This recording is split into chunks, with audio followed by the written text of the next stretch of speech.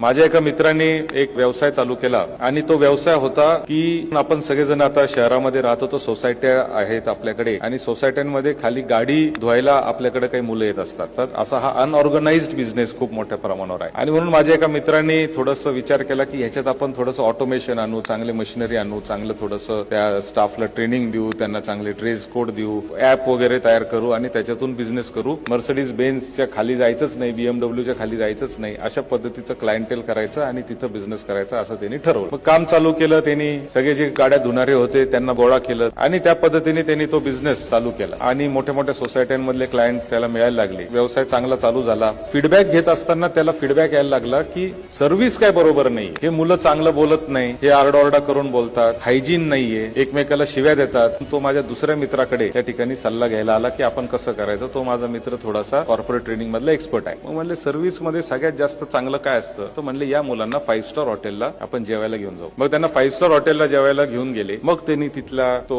Waiter असेल किंवा जे असतील ते मग त्यांना सर सर मॅडम मॅडम करून त्यांचं नॅपकिन टाकलं, त्यांना पाणी दिलं, त्यांना प्रत्येक गोष्टीला sir, yes sir, thank you sir, no sir, sorry, excuse me, असं सगळं.